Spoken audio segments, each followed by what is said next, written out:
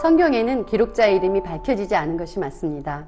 요한복음도 기록자 자신이 누구라는 것이 나와 있지 않습니다만 그의 사랑하는 제자라는 표현을 통해서 요한이라는 것을 우리는 짐작해 볼 수 있습니다. 요한복음의 기록자로 추정되는 요한은 예수의 사촌 동생입니다. 요한은 또한 사도 야고보의 형제로서 예수님을 따르기 전에는 세례 요한의 제자였고 그는 초대교회에서 베드로의 동역자였고 훗날 또 예루살렘 교회의 지도자가 되었습니다. 요한의 아버지 세베대는 어느 정도 부자였고 그 야고보와 요한은 그들의 아버지를 따라서 어부로 살았습니다. 예수님을 따르는 초기에 요한은 우레의 아들이라는 별명에서와 같이 급하고 불같은 성격을 지니고 있었고 편협한 마음의 소유자였다고 마가복음 9장은 전하고 있습니다. 또 경쟁심이 굉장히 강하였고 야심만만한 사람이었습니다. 그는 고집이 세고 이기적이며 불평하기를 좋아하는 청년이었습니다. 그런데 그가 예수님과 동행하고 말씀을 듣고 배우며 성령을 받은 후에 사랑의 사도로 거듭나게 됩니다. 요한은 아주 많이 변했습니다. 그의 기록으로 추정되는 요한 1서만 봐도 온통 사랑에 대해 이야기하고 있을 정도로 요한은 사랑의 사도로 변했습니다. 요한은 사랑을 통한 구원의 완성을 요한복음을 통해서 우리에게 알려주고 있습니다. 요한복음에는 요한은 보이지 않고 오직 예수님만 보입니다. 요한은 그는 흥하여야 하겠고 나는 쇠하여야 하리라 라는 말씀처럼 세례 요한의 입을 통해서 자기의 고백을 하고 있는 것을 알 수 있습니다. 요한복음은 예수라는 말을 통해서 역사적으로 존재하신 인간으로서의 예수를 나타내고 있습니다. 성서 속에 증언된 사람의 아들, 마리아의 아들 예수를 이야기하면서 그 이름 그대로 구원자이심을 나타내고 있습니다. 하나님의 아들이라는 말은 하나님의 독생자, 즉 하나님 자신을 말씀하고 있습니다. 예수님은 인간일 뿐만 아니라 창조주이시라는 것입니다. 그리스도라는 말은 기름 부음을 받은 자라는 뜻으로 메시아를 지칭하는 헬라어입니다. 전 구약을 통해 예언되신 분이고 약속의 말씀으로 이미 인간에게 기다려졌던 분이라는 것입니다. 요한복음에서 말하고 있는 믿고라는 말은 우리의 반의에 대한 말로서 하나님의 아들 예수를 지식적으로 알고 인정하고 의지적으로 순종하라는 말씀입니다. 여기에 생명이 있다고 강조하고 있습니다. 요한복음을 읽을 때 예수님을 하나님의 아들 그리스도로 깊이 알아가고 체득하며 삶 속에 그분의 생명을 느끼시는 여러분들이 되시기를 간절히 소망합니다. 제1장 태초에 말씀이 계시니라. 이 말씀이 하나님과 함께 계셨으니 이 말씀은 곧 하나님이시니라. 그가 태초에 하나님과 함께 계셨고 만물이 그로 말미암아 지은 바 되었으니 지은 것이 하나도 그가 없이는 된 것이 없느니라. 그 안에 생명이 있었으니 이 생명은 사람들의 빛이라. 빛이 어둠에 빛이 돼 어둠이 깨닫지 못하더라. 하나님께로부터 보내심을 받은 사람이 있으니 그의 이름은 요한이라. 그가 증언하러 왔으니 곧 빛에 대하여 증언하고 모든 사람이 자기로 말미암아 믿게 하려 함이라. 그는 이 빛이 아니요 이 빛에 대하여 증언하러 온 자라. 참빛 곧 세상에 와서 각 사람에게 비추는 빛이 있었나니 그가 세상에 계셨으며 세상은 그로 말미암아 지은 바 되었으되 세상이 그를 알지 못하였고 자기 땅에 오매 자기 백성이 영접하지 아니하였으나 영접하는 자 곧 그 이름을 믿는 자들에게는 하나님의 자녀가 되는 권세를 주셨으니 이는 혈통으로나 육정으로나 사람의 뜻으로 나지 아니하고 오직 하나님께로부터 난 자들이니라. 말씀이 육신이 되어 우리 가운데 거하시매 우리가 그의 영광을 보니 아버지의 독생자의 영광이요 은혜와 진리가 충만하더라. 요한이 그에 대하여 증언하여 외쳐 이르되 내가 전에 말하기를 내 뒤에 오시는 이가 나보다 앞선 것은 나보다 먼저 계심이라 한 것이 이 사람을 가리킴이라. 우리가 다 그의 충만한 데서 받으니 은혜 위에 은혜로라. 율법은 모세로 말미암아 주어진 것이요 은혜와 진리는 예수 그리스도로 말미암아 온 것이라. 본래 하나님을 본 사람이 없으되 아버지 품속에 있는 독생하신 하나님이 나타내셨느니라. 유대인들이 예루살렘에서 제사장들과 레위인들을 요한에게 보내요. 네가 누구냐? 물을 때에 요한의 증언이 이러하니라. 요한이 드러내어 말하고 숨기지 아니하니 드러내어 하는 말이 나는 그리스도가 아니라. 그러면 누구냐? 네가 엘리야냐? 나는 아니라. 네가 그 선지자냐? 아니라. 누구냐? 우리를 보낸 이들에게 대답하게 하라. 너는 내게 대하여 무엇이라 하느냐? 나는 선지자 이사야의 말과 같이 주의 길을 곧게 하라고 광야에서 외치는 자의 소리로라. 그들은 바리새인들이 보낸 자라. 또 물어 이르되 네가 만일 그리스도도 아니요 엘리야도 아니요 그 선지자도 아닐진데 어찌하여 세례를 베푸느냐? 나는 물로 세례를 베풀거니와 너희 가운데 너희가 알지 못하는 한 사람이 섰으니 곧 내 뒤에 오시는 그이라. 나는 그의 신발끈을 풀기도 감당하지 못하겠노라. 이 일은 요한이 세례 베풀던 곳 요단강 건너편 베다니에서 일어난 일이니라. 이튿날 요한이 예수께서 자기에게 나아오심을 보고 이르되 보라, 세상 죄를 지고 가는 하나님의 어린 양이로다. 내가 전에 말하기를 내 뒤에 오는 사람이 있는데 나보다 앞선 것은 그가 나보다 먼저 계심이라 한 것이 이 사람을 가리킴이라. 나도 그를 알지 못하였으나 내가 와서 물로 세례를 베푸는 것은 그를 이스라엘에 나타내려 함이라. 내가 보매 성령이 비둘기같이 하늘로부터 내려와서 그의 위에 머물렀더라. 나도 그를 알지 못하였으나 나를 보내어 물로 세례를 베풀라 하신 그이가 나에게 말씀하시되 성령이 내려서 누구 위에든지 머무는 것을 보거든 그가 곧 성령으로 세례를 베푸는 이인 줄 알라 하셨기에 내가 보고 그가 하나님의 아들이심을 증언하였노라. 또 이튿날 요한이 자기 제자 중 두 사람과 함께 섰다가 예수께서 거니심을 보고 말하되 보라, 하나님의 어린 양이로다.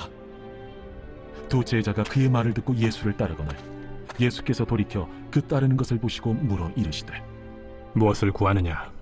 랍비여, 어디 계시오니이까? 랍비는 번역하면 선생이라. 와서 보라. 그러므로 그들이 가서 계신 데를 보고 그날 함께 거하니 때가 10시쯤 되었더라. 요한의 말을 듣고 예수를 따르는 두 사람 중에 하나는 시몬 베드로의 형제 안드레라. 그가 먼저 자기의 형제 시몬을 찾아 말하되 우리가 메시아를 만났다. 메시아는 번역하면 그리스도라. 데리고 예수께로 오니 예수께서 보시고 네가 요한의 아들 시몬이니 장차 게바라 하리라. 게바는 번역하면 베드로라. 이튿날 예수께서 갈릴리로 나가려 하시다가 빌립을 만나 이르시되 나를 따르라. 빌립은 안드레아와 베드로와 한 동네 베세다 사람이라. 빌립이 나다나엘을 찾아 이르되 모세가 율법에 기록하였고 여러 선지자가 기록한 그 일을 우리가 만났으니 요셉의 아들 나사렛 예수니라. 나다나엘이 이르되 나사렛에서 무슨 선한 것이 날 수 있느냐?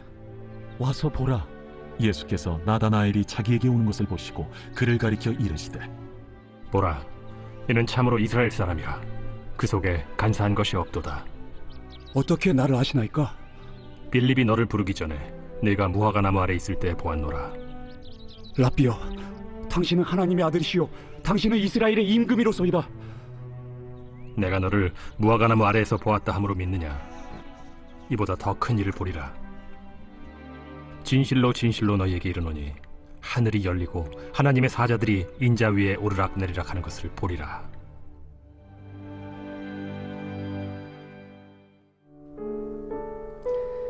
요한복음 1장의 구성은 크게 5부분으로 나누어집니다. 첫 번째 부분은 1절에서 18절까지의 내용인데요. 예수님을 성육신하신 말씀이라고 기록하고 있습니다. 그리고 태초에 그 말씀이 하나님과 함께 계셨고 만물이 바로 그 예수 그리스도로 말미암아 지은 바 되었다라고 기록하고 있습니다. 예수께서 영원 전부터 계신 분이라고 말씀하고 있는 것이죠. 그리고 생명의 빛으로 오신 그 예수님을 세상이 깨닫지 못하고 영접하지 못했다라고 지적하고 있습니다. 여러분, 단순히 이것은 예수님을 지적인 부분으로 깨닫지 못했다는 것이 아니라 예수님과의 인격적인 관계를 맺지 못했고 예수님과 인격적인 관계를 통해서 그를 영접하지 못했다라고 말씀하고 있는 것입니다. 여러분, 매일 우리의 삶 속에서 우리는 예수님과 얼마나 인격적인 관계를 맺고 있나요? 우리를 창조하신 하나님의 본체이신 예수님과 우리는 매일의 삶 속에서 얼마나 깊은 인격적인 관계를 맺고 있는지 우리의 내면을 성찰하게 하는 그런 부분이라고 이야기할 수 있습니다. 두 번째 부분은 19절과 28절까지의 내용입니다. 세례 요한과 유대인들 사이의 질문과 또 요한의 답변이 기록되어져 있는데요. 요한의 신분과 사역에 대한 내용, 그리고 요한이 세례를 베푸는 자로서의 자격과 근거를 둘러싼 유대인들의 질문이 요한에게 던져지고 있습니다. 사실 마태복음에서 여자가 낳은 자 중에 이보다 큰 자가 없다라고 예수님께서 말씀하셨습니다. 이것은 요한의 사역과 요한의 신분에 대한 정체성과 근거를 제공하고 있는 것이죠. 여러분, 우리의 영적인 신분과 또 우리의 정체성은 바로 모든 믿는 자에게 하나님의 자녀가 되는 권세를 주신다는 하나님의 말씀으로부터 나온다는 것을 기억해야 합니다. 우리의 존재의 근원, 우리의 영적인 정체성은 세상의 직업과 지위로부터가 아닌 하나님의 말씀으로부터 나온다는 것을 깨닫게 해주는 내용이 바로 이 두 번째 부분의 내용입니다. 세 번째 부분은 29절에서 34절까지의 내용입니다. 세례 요한이 메시아 예수에 대한 공개적인 증언과 선포가 기록되어져 있습니다. 예수님께서 세례 요한에게 나오시고 또한 세례 요한이 지금껏 자신이 물 세례를 행한 목적도 결국은 예수 그리스도를 이스라엘 앞에 드러내기 위함이라고 기록되어져 있습니다. 그리고 예수님의 머리 위에 성령이 비둘기같이 내려와 머무르는 것을 보았고 그로 말미암아 하나님의 아들이심을 증언하게 되는 내용입니다. 모든 인간 중에서 가장 먼저 정말 기록적인 신앙 고백을 한 인물이 바로 세례 요한이라는 것입니다. 보라, 세상 죄를 지고 가는 하나님의 어린 양이로다. 우리는 예수님께 어떤 신앙 고백을 올려드리며 살고 있는지 하나님을 향한 우리의 믿음의 고백을 확인하게 하는 부분이라고 이야기할 수 있겠습니다. 네 번째 부분은 35절에서 42절까지의 내용입니다. 두 명의 세례 요한의 제자들이 처음으로 예수님을 만나게 된 내용이 기록되어져 있습니다. 두 제자는 예수님을 따랐고 예수님과 함께 지내게 됩니다. 예수와 시몬 베드로가 처음 만나게 되고 예수님은 시몬을 향하여 게바, 곧 베드로라는 별명을 부여하십니다. 여러분, 우리는 삶 속에서 진정한 예수님의 제자가 되어 있는지, 예수님의 제자로서 예수님께 온전히 순종하며 살고 있는지를 다시 한번 생각해 봐야 할 것입니다. 마지막 다섯 번째 부분은 43절에서 51절까지의 내용입니다. 이튿날 빌립이 예수님을 만나게 됩니다. 그리고 예수님은 빌립에게 따르라고 말씀하셨습니다. 그리고 빌립이 나다나엘을 데리고 예수님께 나오게 되죠. 나다나엘이 오는 것을 보고 예수님께서 참으로 이스라엘 사람이라 그 속에 간사한 것이 없도다 라고 말씀하셨습니다. 그 이야기를 들은 나다나엘은 주님께서 저를 어떻게 아시나이까? 라고 질문을 합니다. 그러자 예수님은 빌립이 너를 부르기 전에 내가 무화과 나무 아래서 너를 보았노라 라고 말씀하십니다. 무화과 나무 아래서 기도하는 것은 바로 유대인들의 전통이었기 때문에 나다나엘은 무화과 나무 아래서 기도를 했습니다. 그때 예수님께서 나다나엘을 은밀하게 지켜보고 계셨다는 것이죠. 아무도 보지 않는 곳에서 행하는 그 모든 행위들, 그리고 기도하는 모습과 그의 삶의 모든 모습들을 주님은 은밀하게 보고 계십니다. 예수님은 여러분 한 분 한 분의 속마음 그리고 삶의 매 순간순간 모든 것을 알고 계신 분이십니다. 이번 수련회가 그 예수님께 더 가까이 나갈 수 있는 수련회가 되기를 간절히 소망합니다. 그리하여서 여러분의 신앙과 믿음이 더욱 깊어지고 성장할 수 있는 시간이 될 수 있기를 간절히 소망합니다. 제2장 사흘째 되던 날 갈릴리 가나에 혼례가 있어 예수의 어머니도 거기 계시고 예수와 그 제자들도 혼례 청함을 받았더니 포도주가 떨어진지라. 예수의 어머니가 예수에게 이르되 저들에게 포도주가 없다. 여자여, 나와 무슨 상관이 있나이까? 내 때가 아직 이르지 아니하였나이다. 그의 어머니가 하인들에게 이르되 너희에게 무슨 말씀을 하시든지 그대로 하라. 거기에 유대인의 정결 예식을 따라 두세 통 되는 돌 항아리 6이 놓였는지라. 예수께서 그들에게 이르시되 항아리에 물을 채우라. 하신즉 아귀까지 채우니 이제는 떠서 연회장에게 갖다 주라. 하심에 갖다 주었더니 연회장은 물로 된 포도주를 맛보고도 어디서 났는지 알지 못하되 물떠온 하인들은 알더라. 연회장이 신랑을 불러 말하되 사람마다 먼저 좋은 포도주를 내고 취한 후에 낮은 것을 내거늘 그대는 지금까지 좋은 포도주를 두었도다. 예수께서 이 첫 표적을 갈릴리 가나에서 행하여 그의 영광을 나타내시며 제자들이 그를 믿으니라. 그 후에 예수께서 그 어머니와 형제들과 제자들과 함께 가버나움으로 내려가셨으나 거기에 여러 날 계시지는 아니하시니라. 유대인의 유월절이 가까운지라 예수께서 예루살렘으로 올라가셨더니 성전 안에서 소와 양과 비둘기 파는 사람들과 돈 바꾸는 사람들이 앉아있는 것을 보시고 노끈으로 채찍을 만드사 양이나 소를 다 성전에서 내쫓으시고 돈 바꾸는 사람들의 돈을 쏟으시며 상을 엎으시고 비둘기 파는 사람들에게 이것을 여기서 가져가라. 내 아버지의 집으로 장사하는 집을 만들지 말라. 하시니 제자들이 성경 말씀에 주의 전을 삼원은 열심히 나를 삼키리라 한 것을 기억하더라. 이에 유대인들이 대답하여 예수께 말하기를 내가 이런 일을 행하니 무슨 표적을 우리에게 보이겠느냐? 너희가 이 성전을 헐라. 내가 사흘 동안에 일으키리라. 이 성전은 46년 동안에 지었거늘 내가 3일 동안에 일으키겠느냐? 그러나 예수는 성전된 자기 육체를 가리켜 말씀하신 것이라. 죽은 자 가운데서 살아나신 후에야 제자들이 이 말씀하신 것을 기억하고 성경과 예수께서 하신 말씀을 믿었더라. 유월절에 예수께서 예루살렘에 계시니 많은 사람이 그의 행하시는 표적을 보고 그의 이름을 믿었으나 예수는 그의 몸을 그들에게 의탁하지 아니하셨으니 이는 친히 모든 사람을 아시며 또 사람에 대하여 누구의 증언도 받으실 필요가 없었으니 이는 그가 친히 사람의 속에 있는 것을 아셨음이니라. 요한복음을 크게 표적의 책과 영광의 책 둘로 나누기도 합니다. 요한복음 2장은 그 예수님의 공생의 이야기를 담고 있는 표적의 책의 시작이죠. 요한복음 2장에는 크게 두 가지 표적 사건이 등장합니다. 첫 번째는 가나의 혼인잔치 이야기죠. 예수님은 가나의 혼인잔치에서 물을 포도주로 변하게 하십니다. 이 표적을 두고 언제 포도주가 변화되었는지, 그리고 그곳에서 사람들이 보여준 믿음과 순종이 그 역사가 일어나게 하는데 어떤 역할을 했는지 많은 이야기를 하죠. 여러분들은 설교나 이야기들을 통해서 어떤 것들을 들으셨는지 잘 모르겠습니다. 하지만 중요한 것은 이 사건을 통해서 예수님께서 우리에게 알길 원하시는 게 있다는 것이죠. 메시아의 나라는 좋은 포도주가 가득한 잔치와 같다는 예언이 성취된 것처럼 보여지는 이 사건을 통해서 우리는 예수님께서 우리에게 좋은 것으로 가득한 하나님의 나라를 미리 맛보게 하셨다는 걸 알 수 있습니다. 여러분은 예수님께서 자신을 통해서 우리에게 맛보길 원하시는 하나님의 나라를 얼마나 맛보고 즐기고 계십니까? 이 본문을 통해서 우리에게 주어진 하나님의 나라의 즐거움에 동참하실 수 있는 여러분 되기를 소원합니다. 다음으로는 예수님이 예루살렘 성전에서 행하신 사건이 등장하죠. 성전 정화 사건이라고 부르는 일이 벌어지는데요. 예수님은 성전에서 소와 양과 비둘기를 파는 사람들, 그리고 돈을 바꾸어 주는 사람들을 내쫓으시죠. 이것들은 당시의 희생제사를 위해서 필요했던 것들인데요. 결국은 그들의 희생제사가 멈춰지게 되었다는 것입니다.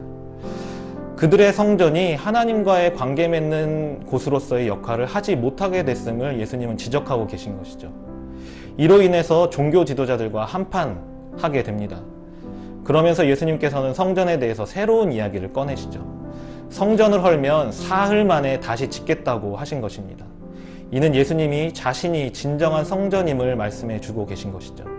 그리고 자신의 죽음과 부활을 통해서 다시 세워진 성전, 즉 예수님을 통해서 하나님과 인간의 올바른 관계가 이루어질 것임을 말씀하고 계십니다. 여러분들은 다시 세워진 진정한 성전인 예수님을 통해서 하나님께 나아가고 계십니까? 오늘 함께 읽는 이 요한복음 2장을 통해서 여러분들이 하나님과 올바른 관계로 나아가는데 누구를 통해 나아가고 계신지 묵상하는 기회가 되기를 소원합니다.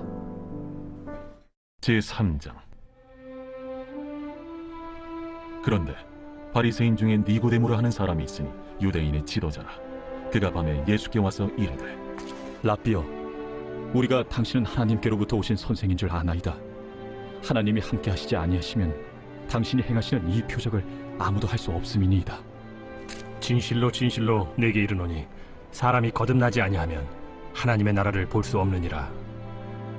사람이 늙으면 어떻게 날 수 있사옵나이까? 두 번째 모태에 들어갔다가 날 수 있어옵나이까? 진실로 진실로 내게 이르노니 사람이 물과 성령으로 나지 아니하면 하나님의 나라에 들어갈 수 없느니라. 육으로 난 것은 육이요 영으로 난 것은 영이니 내가 네게 거듭나야 하겠다 하는 말을 놀랍게 여기지 말라. 바람이 임의로 불매 네가 그 소리는 들어도 어디서 와서 어디로 가는지 알지 못하나니 성령으로 난 사람도 다 그러하니라. 어찌 그러한 일이 있을 수 있나이까? 너는 이스라엘의 선생으로서 이러한 것들을 알지 못하느냐? 진실로 진실로 내게 이르노니 우리는 아는 것을 말하고 본 것을 증언하노라. 그러나 너희가 우리의 증언을 받지 아니하는도다. 내가 땅의 일을 말하여도 너희가 믿지 아니하거든. 하물며 하늘의 일을 말하면 어떻게 믿겠느냐? 하늘에서 내려온 자 곧 인자 외에는 하늘에 올라간 자가 없느니라. 모세가 광야에서 뱀을 든 것 같이 인자도 들려야 하리니 이는 그를 믿는 자마다 영생을 얻게 하려 하심이니라. 하나님이 세상을 이처럼 사랑하사 독생자를 주셨으니 이는 그를 믿는 자마다 멸망하지 않고 영생을 얻게 하려 하심이라. 하나님이 그 아들을 세상에 보내신 것은 세상을 심판하려 하심이 아니요 그로 말미암아 세상이 구원을 받게 하려 하심이라. 그를 믿는 자는 심판을 받지 아니하는 것이요 믿지 아니하는 자는 하나님의 독생자의 이름을 믿지 아니하므로 벌써 심판을 받은 것이니라. 그 정죄는 이것이니 곧 빛이 세상에 왔으되 사람들이 자기 행위가 악함으로 빛보다 어두움을 더 사랑한 것이니라. 악을 행하는 자마다 빛을 미워하여 빛으로 오지 아니하나니 이는 그 행위가 드러날까 하며 진리를 따르는 자는 빛으로 오나니 이는 그 행위가 하나님 안에서 행한 것임을 나타내려 함이라.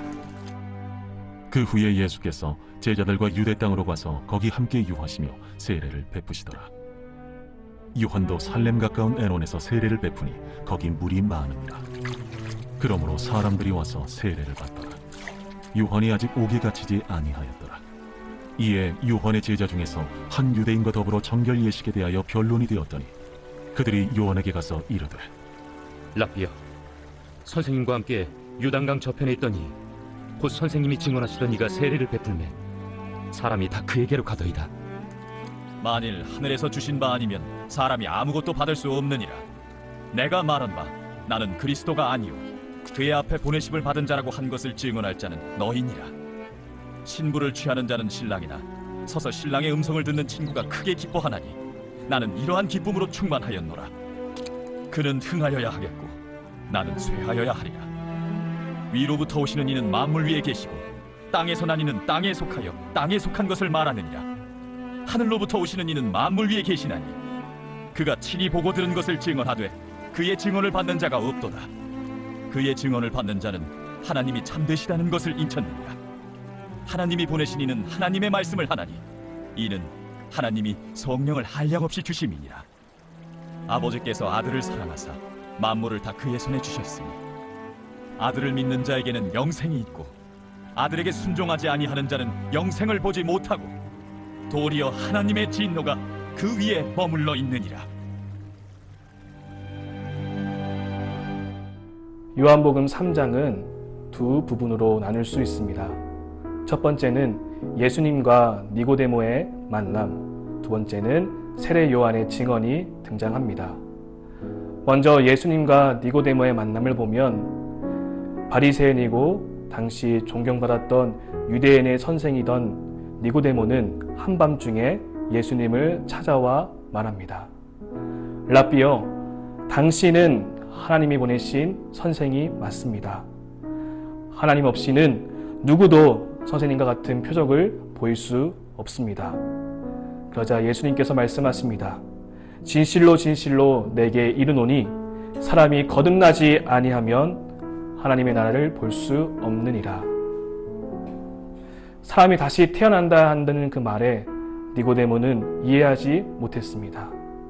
사람이 늙었는데 어떻게 다시 태어납니까? 어머니의 뱃속에 다시 들어갈 수 없지 않습니까? 이러한 엉뚱한 질문을 하니 예수님께서 다시 말씀하십니다. 사람이 물과 성령으로 나지 아니하면 하나님의 나라에 들어갈 수 없느니라. 다시 태어남은 우리의 육체의 몸이 다시 태어나는 것이 아니라 물과 성령으로 거듭난다고 말씀하십니다. 죄로 더러워진 우리가 깨끗하게 씻겨지고 우리의 속에 하나님의 영이 임하여 새로운 영적인 존재가 되는 것입니다. 육체의 변화가 아니라 존재의 변화가 일어나게 되는 것입니다. 이것이 거듭남, 중생이라고 말합니다. 두 번째 파트로 세례 요한의 증언이 나옵니다. 예수님께서 유대 땅으로 가셔서 세례를 베푸셨는데 사람들이 요한의 세례가 아닌 예수님의 세례를 받기 위해 다 그리로 간 것입니다. 그러자 세례 요한이 말합니다. 나는 그리스도가 아니요 그 앞에 보내심을 받은 자입니다. 그는 하늘로부터 오신 이고 하나님이 보내신 이시며 만물 위에 계신 분이십니다. 그러니 그는 흥하여 하겠고 나는 쇠하여야 합니다. 세례 요한의 고백, 그는 흥하여 하겠고 나는 쇠하여야 하리라. 이 고백이 예수님을 믿고 따르는 우리의 고백으로 나타날 수 있기를 소망합니다. 이렇게 세례 요한의 사역이 마무리되어지고 본격적으로 예수님의 공생의 사역이 시작됩니다. 거듭남, 영생, 그리고 하늘로부터 오신 그리스도, 이 키워드를 기억하면서 함께 말씀을 읽도록 하겠습니다. 본문은 예수님께서 제자들을 부르시는 장면을 소개해주고 있습니다. 그 중에서 빌립이 나다나엘을 찾아가 그에게 예수님을 소개하는 장면이 참으로 재미있습니다. 빌립은 나다나엘에게 이렇게 말합니다. 모세가 율법에 기록하였고 여러 선지자가 기록한 그 일을 자신들이 만났다고 말씀하고 있습니다. 그리고 또 예수님이 바로 구약이 예언하고 있는 바로 그 메시아이심이 틀림없다는 사실을 말씀하고 있습니다. 그런데 소개의 마지막 부분에서 그분이 누구냐 하면 바로 요셉의 아들 나사렛 예수라고 말하고 있습니다. 예수님이 나사렛 출신이라는 사실은 그 당시에 결코 자랑할 만한 일은 아니었습니다. 나사렛은 갈릴리 지역에서도 촌동네로 불리는 곳이었습니다. 갈릴리라는 지역 자체가 그 당시 유대인들에게는 매우 많은 무시를 당하던 그런 동네였습니다. 유대인들은 갈릴리에서는 선지자가 나오지 못한다고 생각을 하고 있었습니다. 나다나엘은 예수님이 갈릴리의 나사렛 출신이라는 사실을 알고 처음부터 매우 회의적인 태도를 지니고 있었습니다. 하지만 빌립은 자기가 예수님에 대해 알고 있었던 것을 가감없이 그대로 나다나엘에게 전해 주었습니다. 그리고 그 말을 들은 나다나엘 역시 자기의 생각을 솔직하게 표현하고 있습니다. 46절 말씀에 나사렛에서 무슨 선한 것이 날 수 있느냐라고 말하고 있습니다. 그런데 빌립이 가만히 들어보니 나다나엘의 그 말이 맞는 것처럼 느껴집니다. 자신이 가진 지식으로는 나다나엘에게 반박할 수가 없는 것이죠. 하지만 자신 속에 있는 그 예수님에 대한 감동은 속일 수가 없었습니다. 그래서 그는 어떤 논리적인 변론을 하는 대신 나다나엘에게 그저 와 보라 이렇게 이야기하고 있습니다. 오늘 빌립과 나다나엘의 이 대화는 마치 순박한 농부들의 대화와 같습니다. 빌립은 자신이 알고 있는 대로 예수님을 솔직하게 나다나엘에게 전해주었습니다. 나다나엘은 논리적으로는 이해가 되지 않지만 빌립을 신뢰했고 그래서 예수님께로 갔습니다. 예수님은 그를 맞아주셨고 나다나엘의 순수한 마음을 칭찬해 주시면서 나다나엘을 제자로 받아주십니다. 빌립의 그 순수한 마음에서 우러난 전도, 그것이 나다나엘의 마음을 움직였고 또 나다나엘이 예수님께로 가도록 이끌어 주었던 것입니다. 우리도 예수님을 전할 때 빌립처럼 해야 합니다. 자기가 잘 모르는 이론적인 것을 들먹일 필요는 없습니다. 그저 내가 아는 그대로 예수님을 전하기만 하면 됩니다. 그러면 예수님께서는 내가 전한 그 예수 그리스도, 그 복음을 들은 사람을 만나주시고 또 그에게 감동을 주시고 그를 하나님의 자녀로 영접해 주시는 일이 일어납니다. 내가 알고 있는 그 예수님을 순수하게 솔직한 마음으로 이웃에게 전하는 여러분들이 되시기를 간절히 소망합니다. 요한복음 1장 48절 49절에서 나다나엘은 예수님으로부터 무화과 나무 아래에 있을 때 보았노라 라는 말씀을 듣습니다. 이에 나다나엘은 당신은 하나님의 아들이요 이스라엘의 임금님입니다 라는 고백을 하게 되죠. 당시 이스라엘 사람들에게 무화과 나무 아래는 토라를 연구하고 또 기도와 묵상을 하는 장소였습니다. 나다나엘이 이 무화과 나무 아래에서 가졌던 이 경건의 시간들은 예수님이 하나님의 아들이자 이스라엘의 임금님이라는 것을 알 수 있게 해 주었습니다. 반면 사람들 앞에서 경건한 척하고 존경받고자 했던 제사장들, 바리새인들과 같은 사람들은 예수님의 많은 기적 또 가르침들을 보고 듣고도 예수님을 그저 신성모독한 사람으로 여겼습니다. 우리 또한 각자에게 무화과 나무 아래와 같은 장소와 시간들이 있을 텐데요. 그때 과연 우리는 나다나엘처럼 예수님을 알아볼 수 있는 시간을 보내고 있는가? 아니면 바리새인들처럼 경건한 척하는 시간을 보내고 있는가? 라는 성찰을 해볼 수 있게 되죠. 나다나엘은 훗날 아르메니아 지방에서 복음을 전하다가 곤봉으로 맞고 살갗이 벗겨지고 십자가에 달려져서 처형당했다고 전해집니다. 이 나사렛에서 무슨 선한 것이 날 수 있느냐라고 의심했던 나다나엘이 고통과 죽음의 공포를 초월한 믿음의 소유자가 된 것이죠. 그리고 그 시작점이 바로 무화과 나무 아래인 것을 알 수가 있습니다. 작년부터 코로나로 인해서 우리 청년들과 또 우리 많은 분들이 불안하고 힘든 시간을 보내고 계실 텐데요. 우리는 이 시간을 그냥 고통의 시간, 또 원망의 시간으로 보낼 수 있습니다. 하지만 나다나엘처럼 이 무화과 나무 아래에서의 경건의 시간으로 보낼 수도 있는 것이죠. 지금은 우리가 함께 모일 수 없지만 온라인 수련회와 또 우리 PRS, JSU와 같은 이 좋은 프로그램을 통해서 우리 함께 마음을 모으고 은혜를 나누면서 각자의 무화과 나무 아래에서 예수님을 알아볼 수 있는 그런 안목을 기르는 시간이 되시길 축복합니다.